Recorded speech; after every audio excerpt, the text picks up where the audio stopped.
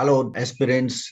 Greetings. I'm Group Captain Rajesh Pandey, your SSB mentor. I have served the Indian Air Force for over 31 years in different capacities. I have been a fighter controller and an Adm Officer, having commanded a radar unit, been a Chief Operations Officer at an Air Defense Direction Center, Chief Administrative Officer at a base, and as an interviewing officer at two of the selection boards before I headed the training division at Defense Institute of Psychological Research. I welcome you to Find Your Lakshya, a talk show where I interact with famous and accomplished defense veterans across different specializations in the Army, Navy, Air Force, so that they share their experience in different arms specializations. So hope you all benefit from this to find your Lakshya. Jai Hind. In the series of spreading awareness about various branches of the Indian Air Force, today I am privileged to invite Air Marshal VPS Rana, Param Vishish Seva Medal, and a highly decorated officer. He has been a fighter controller from the administrative branch of the Indian Air Force. Here, I would like to inform you that Air Marshal Rana,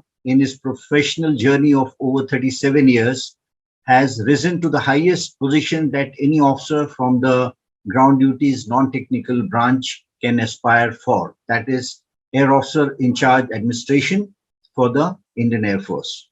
An accomplished fighter controller, he has attained the highest professional category and excelled in all the professional courses that he has attended.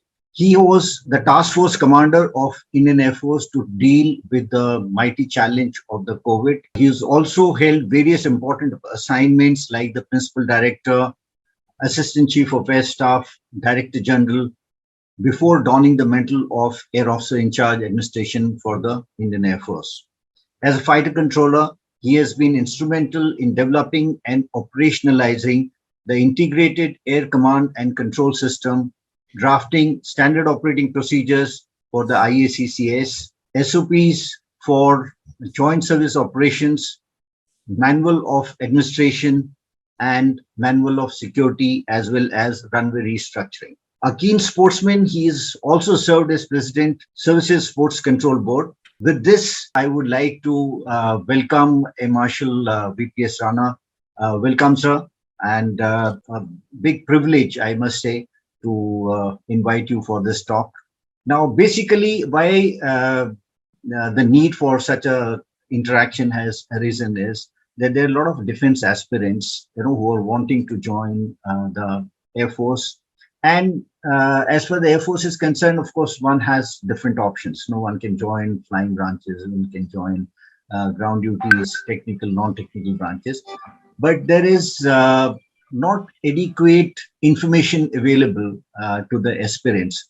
So considering this important need, I thought it would be a great service to the aspirants if you could tell them, what they can expect in their life as a administrative officer or in the sub branch as a fighter controller.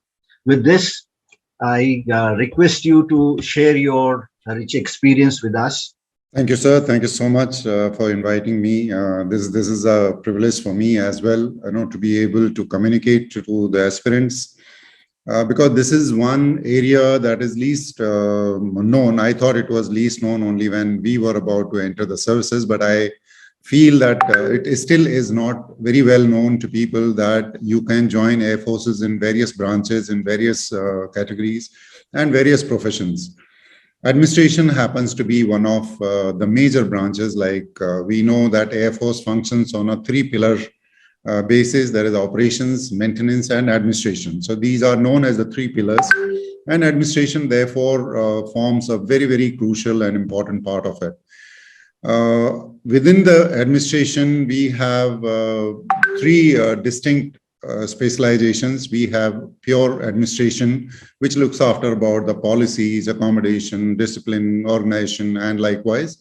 And then there is a air traffic controlling, which generally people are a little aware, because in the civil, you would know that how the airports are managed, how the controlling is done, how the aircrafts are controlled, basically for their launches and recoveries. But third major discipline, which is there and which I belong to and which you also belong, was fighter controlling, which is generally not known much outside, because this is one highly professional and specialized stream of administration. And generally, since it does not fit in the name of administration, generally people are not aware about this. So fighter controlling is a third discipline, which is purely operational oriented, and the entire operation spectrum actually hinges on this one specialization called fighter controlling. And I've been lucky to have served in this stream for a very long time before I switched over to administration. And this is another very important part of this branch, that you get an exposure on both sides. You get pure exposure on the operational side, and then you equally get the exposure on the basic administrative issues, which generally are understood. So this, when you join as an administrative branch officer, you have the opportunity to go into any of these. And nowadays, there are only options are of joining Adm Branch as a ATC and FC officer. And at later part, once you have done your bit initially about 8-10 years, then you are, depending on the profile that you have been following, then you are also given the pure administrative assignments. Unlike earlier days when we were directly coming into the pure administrative stream as well. But nowadays, mainly because there is a need for the ATC and FC felt more because of a more growth of Air Force in terms of the operations. So initially, administrative branch officers are inducted into these two streams. Right, Mshl Rana, if I might, ask you a personal question. All of us, when we try to enter some kind of a profession, we take up a career, we have some some liking, some preferences, etc. So what is it, if I may ask you, that drove you to join the Air Force and the administrative branch? You can share that with the viewers. Frankly, this is a very interesting story. I actually had no clue, like most of the people of our time had no idea that Air Force, what is exactly the administration branch would do in the Air Force. My idea of when I actually entered was that probably you do the same what IAS do outside for the civilian population. So probably administration does the same for the Air Force. And frankly, I initially thought that probably you would be the civilians in the Air Force who are actually looking after the administration. And till I entered Air Force, I didn't know that I would be donning the same uniform.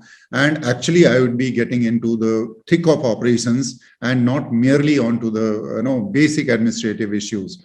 And then I went on to become fighter controlling, which again was not known at all, like it is not known even today, because that is one subject which is generally not really understood and people are not exposed to.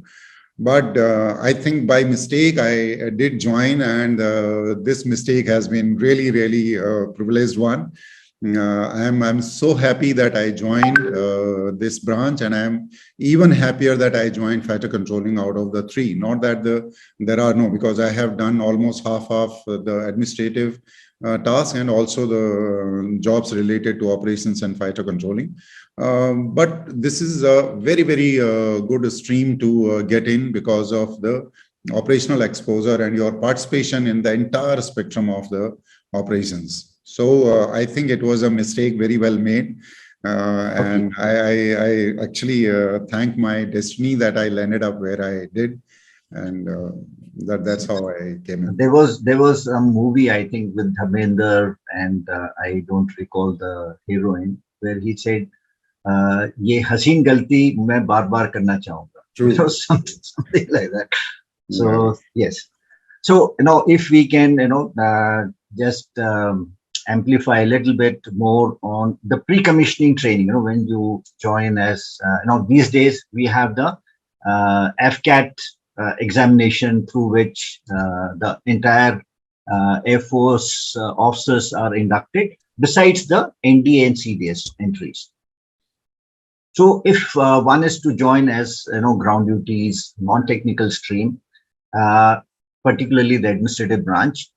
So here, what is the kind of training, pre-commissioning training, and then how does one get, trifurcated within different stream, or whatever it is? Now, how is the decision made?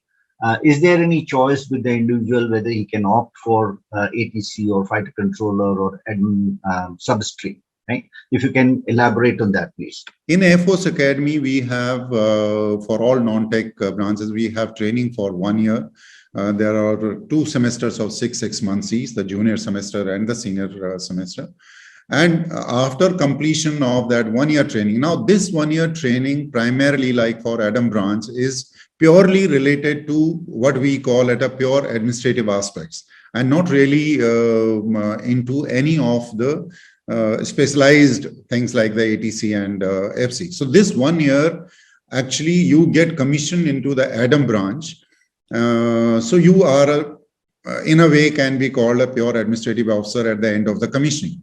And after the commissioning, having successfully done that 1 year, then now you are moved on to the specialized training of air traffic controlling, which is again in the AFA. That's for 6 months.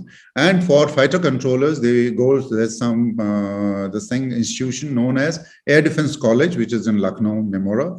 And then the fighter controllers move there, those who are to get into fighter controlling. And again, for the 6 months training, they undergo there in various operations and the controlling and the fighter controlling and entire gamuts of whatever is the syllabi is for the fighter controllers. Similarly, the air traffic controllers get the complete training in the AFA itself.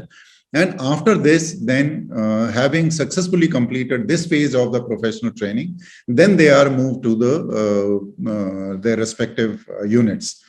And again, in respective units, again, on everyday basis, there is a training that is being conducted, and then you go through the various phases of the that there is a CAT C, then CAT B, then CAT highest professional category is CAT A. So I think you're making a very relevant point. I think the general perception outside is that once you get commission, thereafter the training has ceased, and thereafter just continue with the job, which of course I also keep mentioning in my interactions with the aspirants. Life in the armed forces is a continuous training, right? At various levels, even as an air officer, you're still getting trained for higher and bigger responsibilities. So if you could elaborate a little more on what is the role of fighter controllers, as like you said, professionally, yes, there are various categories, category C, B, etc. And thereafter, he becomes competent to handle various responsibilities. In general, if we were to talk about what a fighter controller does. Like I said earlier, fighter controllers is the biggest clog in this whole gamut of the air operations. Just for the layman, as a layman, you generally see the end state, that is the aircraft flying in the air, whether it is for the demonstrative flying or it is for the operational flying. Generally, the civil population or people outside only see that end, which is the glamorous end of the entire process. But to make that aircraft fly, how do we start the process? The process is that aircraft is launched from a base where all these services are maintained, which is a part of the air traffic controlling. Having left the base, the moment it takes to the air, thereafter until the time, again, it is back to landing, the entire operations are controlled by the fighter controller. This comes in what we call is the airspace management. That means to a layman, anything that takes to the air has to have the air defense clearance by the Air Force. And in the Air Force, the fighter controllers are the one who are managing this entire process of making sure that everybody who takes to the air, even the smallest of the machine, has to have the air defense clearance. That is one part. This is the airspace management part. Then there is the air defense part, which is the most important part of the fighter controllers. the entire country is manned by the radars and the ops rooms, where the picture from the radar is made available. Nowadays, of course, what you mentioned as a IACCS enables us to have the integrated picture at our ops rooms. In earlier days, the individual radars used to be manned. Now these bigger ops rooms where the integrated picture is available is manned, and every single aircraft is controlled by these fighter controllers from the ground, be it operational flying or be it any other training flying. So every time that aircraft is under the control of some fighter controller or the other, whether he is going for an operational mission, if he is going for an operational mission, the entire planning and the execution is done by the fighter controllers in terms of its flight plan, where does it go. So it's making sure that it is going to the intended target, making sure that you are shooting at the correct target. This entire process is controlled by the fighter controllers. There is something, this process starts from detection, which is done by the radars or at times even by the naked eyes. Then there is an identification, which is the big process in which the flight plan correlation and the IFF and so many other things are done, where these fighter controllers would identify whether that aircraft which is being detected by the radar, whether it is friendly or it is unknown or it is a hostile aircraft. Based on these identification, then the further course of action is done, which is known as an interception. Now, this interception could be done either directly by the missiles or by the aircraft. Generally, fighter controllers are more involved in controlling the aircraft to intercept a hostile aircraft or unknown aircraft in order to either identify it or to shoot it down. So you are involved in this entire process, and then having confirmed from the pilot that this is in fact a hostile aircraft. It could be based on its marking, it could be based on its behavior, and then the control order to shoot down this is given by the fighter controller who's controlling that mission. Similarly, when you are taking the aircraft to the intended target destination for the ground attack also has now become part of the controlling responsibility. Has that this change of maybe guiding the strike missions, has that been enabled by the induction of AWACS? True, AWACS, and of course the AWACS and AWCs and all they are all integrated into the IACCS. So IACCS in any case is the one which is controlling the entire gamut of operations. That is one part. But AWACS, yes, after we have got AWACS, then we have had the ability to see deep into the enemy territory.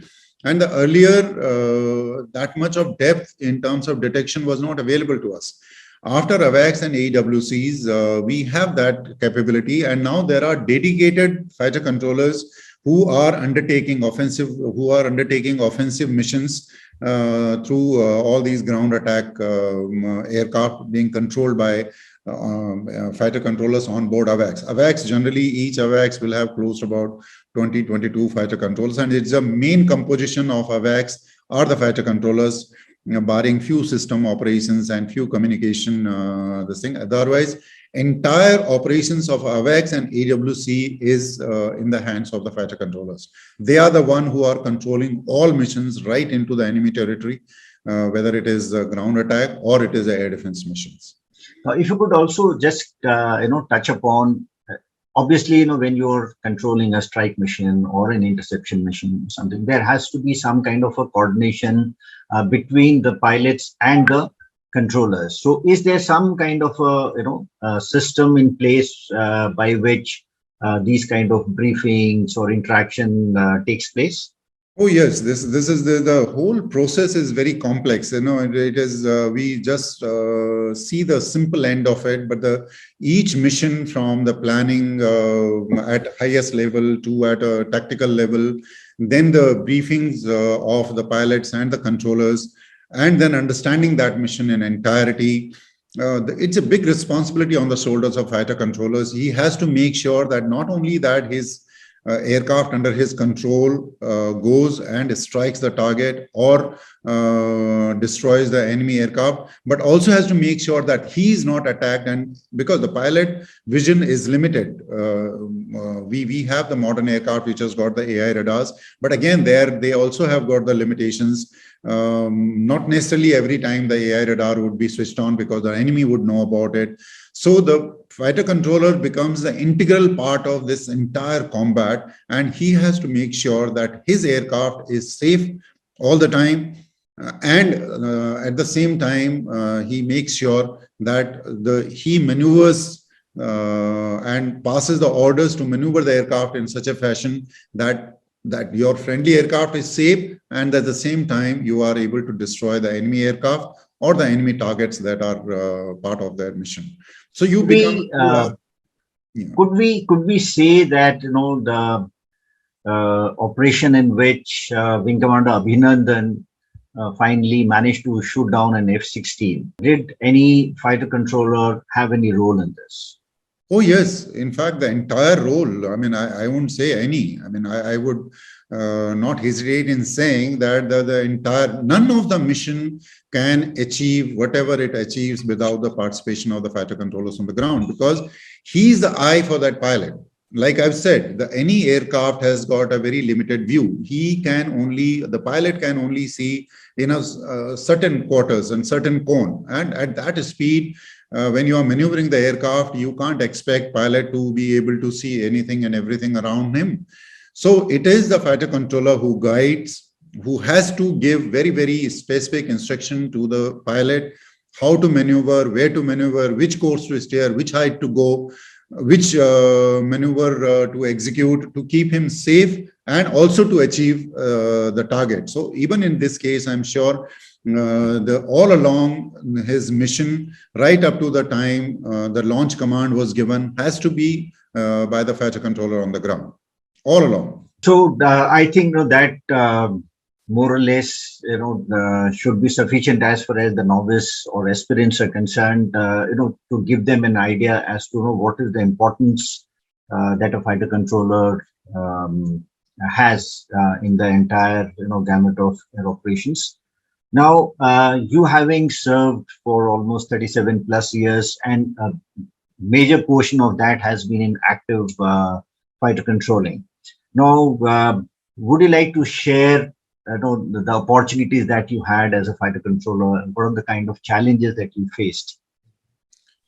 Yeah, I again say I've been very lucky on this aspect, because I've served in virtually all capacities that the fighter controller could aspire for.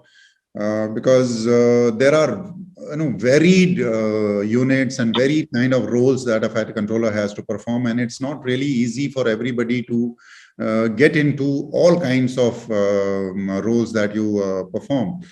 I've been lucky in this regard. One, I got a good postings to the operational bases at that time, where the specialized fleets were available. Then also one of the bigger, because in each unit, your exposure is different, your expectations are different, your controlling environment is totally different. So each posting and each job that you are assigned gives you a different kind of experience and exposure. I've been very lucky in that regard to having served in almost every kind of role. But some of the very important ones that I would think was, one is that I commanded a radar unit. We call them TRUs, transportable radar units, which were the main combat units in our time.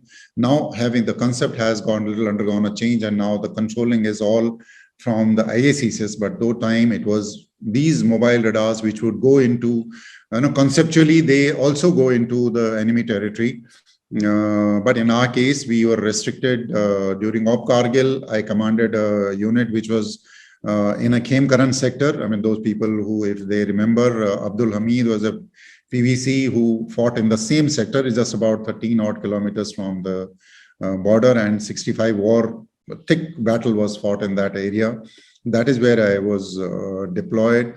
And so mobility as a fighter controller has been one of the biggest challenges, to take your radars to, from the not very good roads, and get into the areas where you are virtually, you have to look after yourself. You are into the tents. Like I remember our stay was more than 6 months, and my total period of my command was, I think, about 2.5 years. And in that 2.5 years, more than about a year and a half, I was roaming around, generally all the countryside, and all you would plonk your radar into any of the fields, and likewise.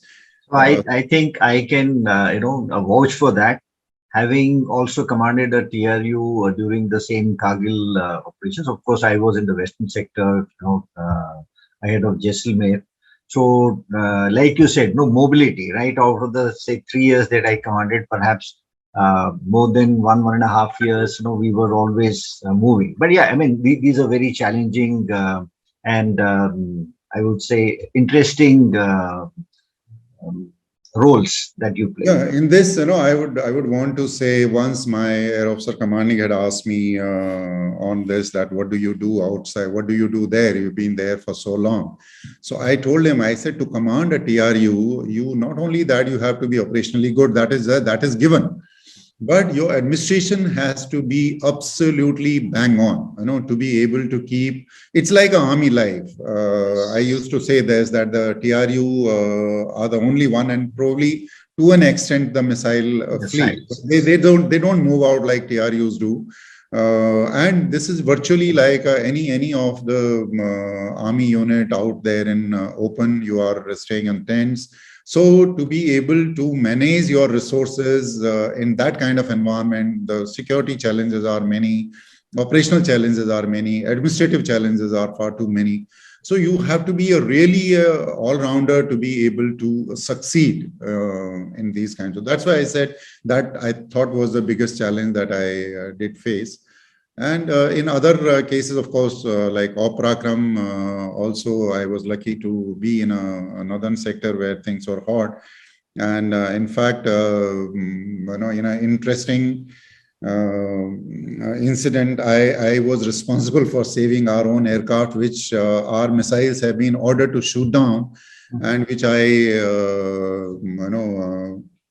nullified the sector director's call, because I happened to be sitting there in the ops room as a supervisor and not on the duty per se. And I said, no, hold fire. Let us confirm whether this aircraft any of our aircraft is not in that area. And rightly so, we found out after a lot of this anxiety. Yes. It in fact was our own aircraft, and there was a general officer on board with 2 brigadiers on board. And that happened to be the day when Nawaz Sharif was sitting in the US to, ease out this tension. I mean, those who are aware of the Oprakram, it was like almost into the war. And we had a lot of these skirmishes, the UAVs getting shot down and all those things. And this was order which was given. Missile had got a lock on. And had I not intervened in time, we would have shot down that aircraft. And we know what possibly the repercussion would have been. So indeed, I think there's been one of a very important, I would say, achievements, having saved your own aircrafts. Yes. Yeah, I understand. Though you've also been instrumental in developing and operationalizing the IACC. So can you just explain a little bit more on that? This IACCS, I think, was the dream come true. I was again very lucky to be there at the time when we were finalizing the system requirements, then developing it, and then operationalizing it.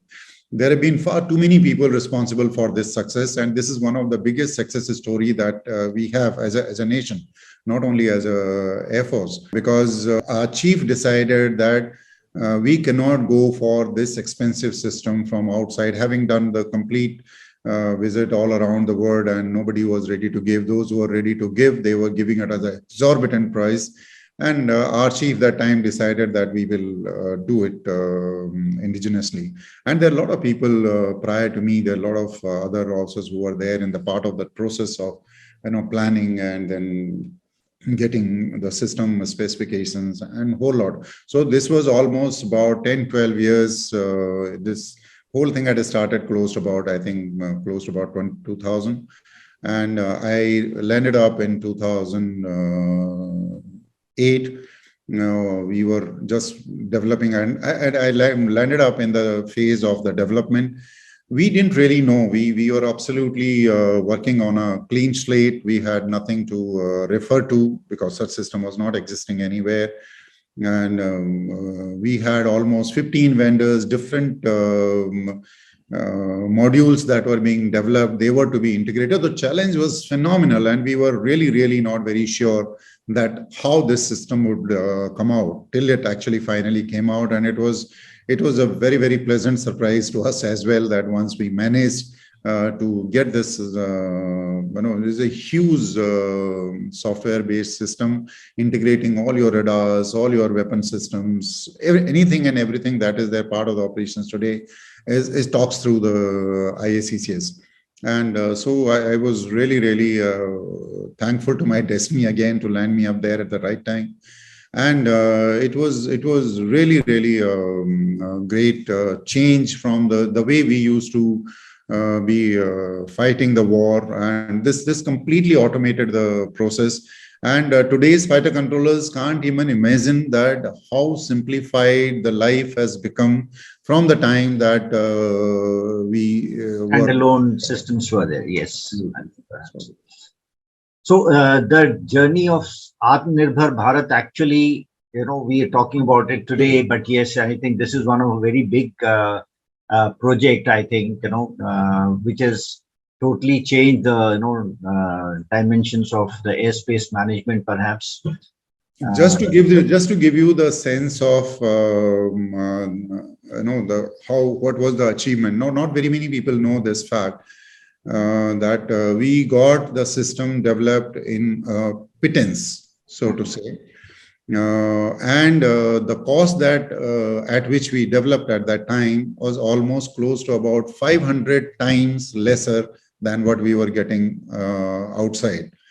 That is a kind of importance that we had. And today, of course, now we have with so many other indigenously like all AWC and others. So it has paved the way for all other developments which are being done now indigenously, and they can talk seamlessly through this system. One advice, some advice you'd like to give to the defense aspirants who are joining, who are wanting to join the Air Force in general, and specifically as a fighter controller or as an Adm Officer?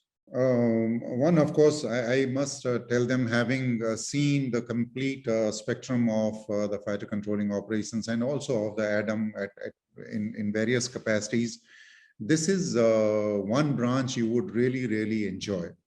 And why I said that you would enjoy is primarily because this is the only branch which gives you probably the complete exposure of operations and administration at in a different time frame, but also simultaneously on everyday basis, as well as the thing. One is that as a fighter controller, you are aware about the complete spectrum of air operations, and I can say it with conviction that no other stream is actually exposed to operations as much as fighter controllers are, which generally is not known to the outside world.